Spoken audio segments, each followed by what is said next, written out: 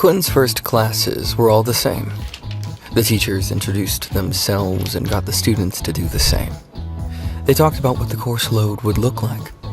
They all blended together in Quinn's mind. He had more important things to worry about. Peter and Quinn avoided other students after everything they'd been through. Fortunately, no one else bothered them after their run-in with Riley's gang. Peter and Quinn headed to get dinner after their classes ended.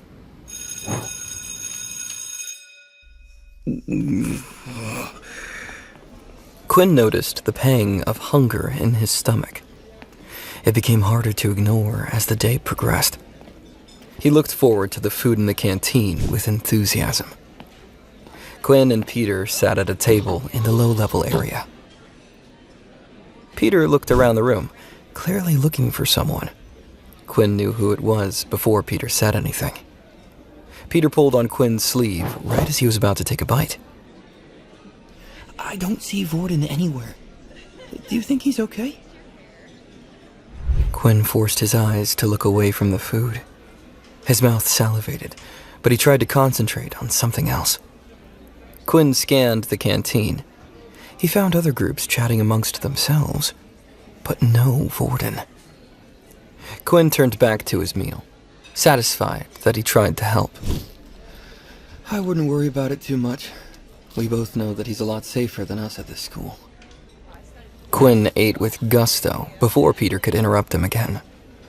They finished their meals quickly, with Quinn eating Peter's leftovers. They went straight back to their dorms once they finished, wary of any bullies. Vorden lay on his bed, facing away from them. When Peter closed the door, Vorden jerked up, as though startled. Once he realized who they were, he relaxed. He smiled at them, as though his early outburst never happened. Vorden leaped off the bed with his usual swagger. Hey, I've been waiting for you two for a while now. I'm sorry about earlier. I wasn't angry at you guys. It's this whole situation that pisses me off. When Vorden approached, Quinn noticed a bruise on the side of their friend's face.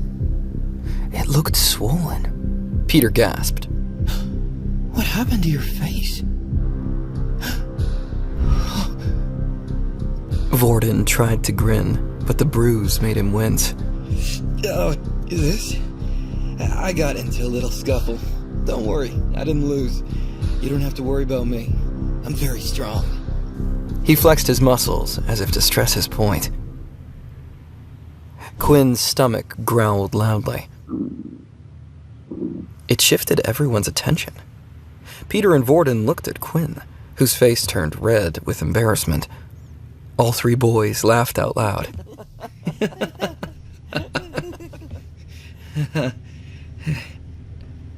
Quinn tried to regain his composure. Sorry. I guess I'm still hungry after dinner. Vorden patted Quinn's back. Why don't you grab something from the convenience store? It's not too far away. Quinn looked at his watch. Disappointment replaced his embarrassment. He had no credits after his earlier encounter with Riley's gang. Vorden came over and tapped his watch against Quinn's before Quinn realized what had happened. A notification appeared on his watch. Transfer of 10 credits. Successful. Vorden shook his head before Quinn could say anything. Hey, don't refuse. Take it as my apology. Go grab something to eat.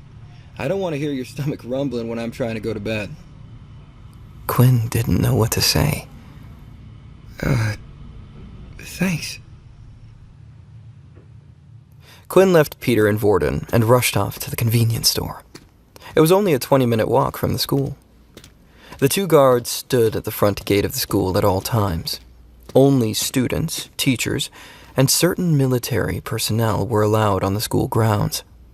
Anytime a student wanted to leave, they had to show their wristwatch to the guard. The same procedure was followed upon entering. Once past the gates, Quinn tested what 10 points in stamina could do. It had already turned dark. The sun was nowhere to be seen. He jogged to the convenience store, feeling refreshed.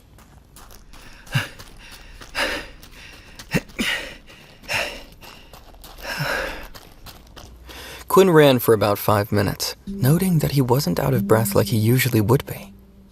He decided to run even faster. Quinn reached the convenience store in 7 minutes. Impressive. My body feels lighter somehow.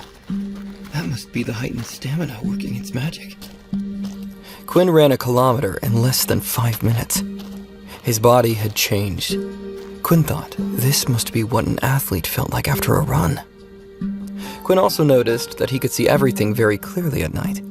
Even when there were no streetlights, the moon made everything clear to him. This ability must come with night vision of some kind. This will definitely come in handy. Your hunger grows. Oh, come on, really? Quinn waved the notification away. I know! What do you think I'm doing? Quinn entered the convenience store, grabbing a few of his favorite snacks. He decided on ice cream and potato chips. He spotted Riley and his friends down a different aisle. Quinn ducked down quietly, waiting for them to finish shopping. He wanted time to think about his next move before they spotted him. I thought I would have to track him down, but it seems like he's come right to me. This is my chance. This late at night, I'll have all of my powers. I just need to get him alone. As Quinn waited, he noticed that next to him were a lot of masks. One in particular stood out to him. A black mask that covered the top half of his face, only leaving space for his mouth. Across the mask was a very realistic blood-splattered design. Quinn waited until he heard Riley and the others leave the store. Once they left, Quinn grabbed the mask and snacks and placed them on the counter. Since Quinn had focused on Riley's gang, he failed to notice the only other person in the store. Layla. She watched Quinn from afar. What the? We're months away from Halloween. So what is he doing buying a mask like that? My snacks can wait. I need to find out what Quinn is up to. Quinn watched Riley and his gang. One of Riley's friends dribbled a basketball. Hey, we're going to shoot some hoops in the park. Do you want to join, Riley? Riley yawned, clearly bored. Nah, you know my ability is useless for playing games like that. I think I'll just head back and wait by the school gate. Maybe I can bully some weaklings into giving me their credits before the night is over. The other boys looked at each other. They felt guilty, aware that what they were doing was wrong. Still, they told themselves that they were doing it to survive.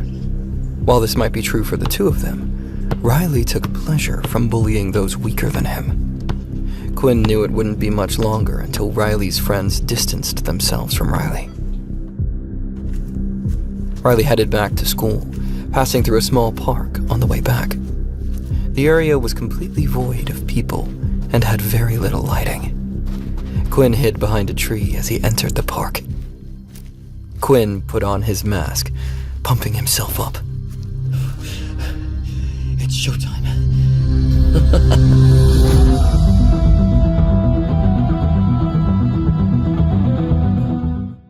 Subscribe now and start watching free episodes of the #1 fantasy show in this YouTube playlist. For the full story, click the link in the description, download the Pocket FM app, and watch all episodes of My Vampire System.